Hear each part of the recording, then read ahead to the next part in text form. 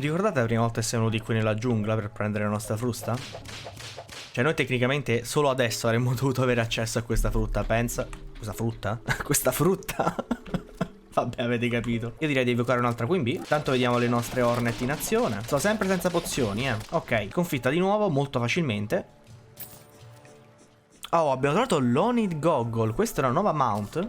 E questa è molto carina, perché ci permette di volare. Dopo un po' cade, come vedete, non è un volo infinito, però è la prima mount di volo. Questo equipaggiamento rilascia api quando siamo colpiti e ci butta addosso del miele automaticamente, così ci dà subito il buff di rigenerazione. Credo che può essere combinato con la Sharktooth Necklace. Andiamo a vedere subito. Stinger Necklace semplicemente combina gli effetti dei due equipaggiamenti. Un'altra cosa che non vi ho mostrato è la Giant Harpy Feather, un drop raro delle arpie, ed è uno di quegli materiali che verranno utilizzato più avanti per creare delle api migliori.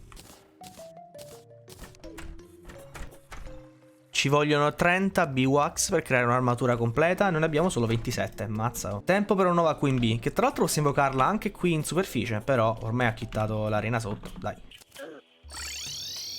Ah, sempre così faccio. Cercate di non tenere mai il Magic Mirror equipaggiato ogni volta. Ora capite perché non metto mai le bombe nel mio inventario. Non sapete neanche quante volte ho esploso la mia casa così facendo.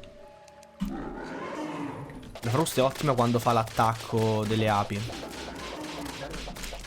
Ok. The Bee's Knees, un arco molto forte. E attenzione, anche un nuovo pet, Baby Nectar, una petta. Ok, possiamo craftare la nuova armatura Summon. Vediamo come ci sta. Eccoci qui.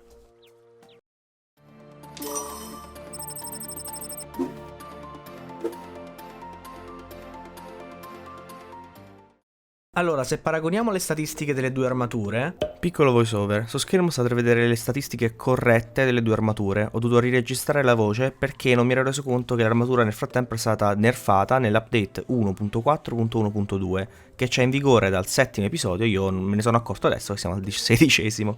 Comunque il buff delle fruste è ottimo a prescindere, quindi continuerò ad utilizzare questa. Quindi siamo arrivati a mettere la nostra prima armatura nel museo.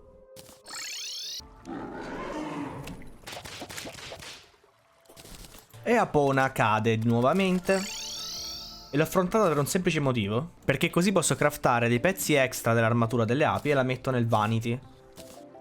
Così ora sono completamente a poso. C'ho anche il pet, c'ho la mount e c'ho anche il cart a forma di ape. Ci manca solo il light pet a forma di ape, ma quello non c'è.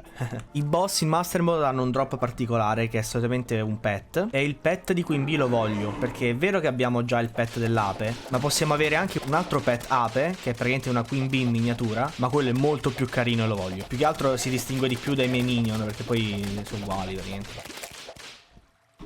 Eccolo, ci ha droppato, sì. Sparkling Honey. Cioè, ma guarda quanto è più carina sta petta. Cioè, vuoi mette? Dai, ma che roba. Yeah. Ok, vediamo cosa abbiamo trovato. Nulla di particolare nella treasure bag. Direi esploriamo un altro pochino la giungla. Vediamo se troviamo qualcosa di carino. Il fatto è che l'abbiamo già più o meno esplorata in anticipo. Qui c'è un altro alveare, però insomma abbiamo battuto abbastanza Queen Bee. Fatina, dimmi. Non so neanche se l'ho mai detto. Le fatine ogni tanto escono sottoterra e ti indicano verso un tesoro. Ah, eccolo là. Eccola lì, raga.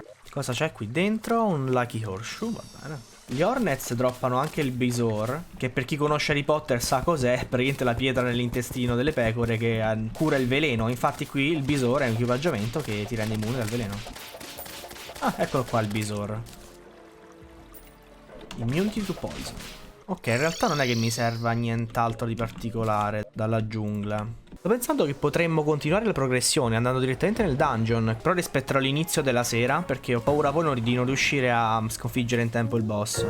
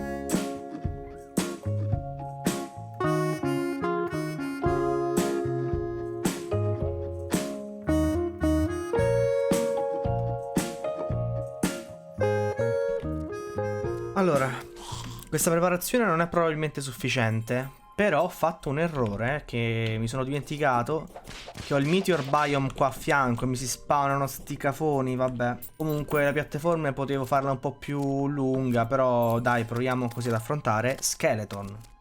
Skeletron. Buff e vai di Skeletron. Allora, in Expert e Master Mode questo boss diventa da debole a parecchio forte. Innanzitutto la sua testa non prende, è quella che conta la vita, ma prende solamente un danno se l'attacco, quindi devo attaccare prima le mani. Quando le mani sono rotte, Madonna, lo sto massacrando. Quando le mani sono entrambe rotte, possiamo iniziare a danneggiare la testa. Quando la testa gira, ci blocca e ci massacra, perché praticamente ci stunna, ci stordisce praticamente. Ok, sono riuscito a scappare in tempo. E grazie al fatto che le fruste, grazie al fatto che riesco ad ordinare ai miei minion di attaccare il bersaglio che voglio, riesco finalmente a utilizzare, come dire, a ordinare ai minion di attaccare le mani e di lasciar perdere la testa.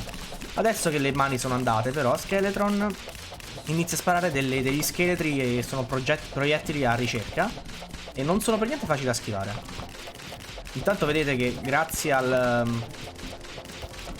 mie apette, che poi non so ape, vabbè, le mie vespe stanno sparando a distanza, il che è molto comodo. Cioè, senza le Hornet Staff non penso saremmo stati in grado di affrontare, non penso saremmo a livello di Skeletron. Scusatemi, mangio le parole, ma insomma, perché di fatto con le rane che saltano non lo acchiappi mai.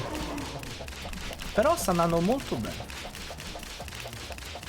Una volta sconfitto Skeletron possiamo entrare nel dungeon senza che viene il guardiano a ucciderci. Il guardiano è praticamente solamente la testa di Skeletron, però c'ha tipo le stat al massimo, tutto 99999 in modo che ti one shotta. Ed è fatta apposta per impedirti di entrare nel dungeon se non sconfiggi Skeletron prima.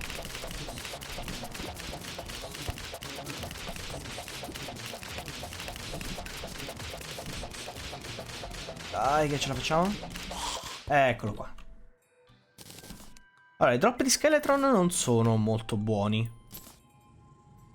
Ci ha droppato il Book of Skull, un'arma magica, ma insomma, spara teschi a ricerca pure lui, però lenti. Bone Glove. Questo equipaggiamento spara dei proiettili ogni tanto nella direzione in cui stiamo guardando. Non è nulla di particolare.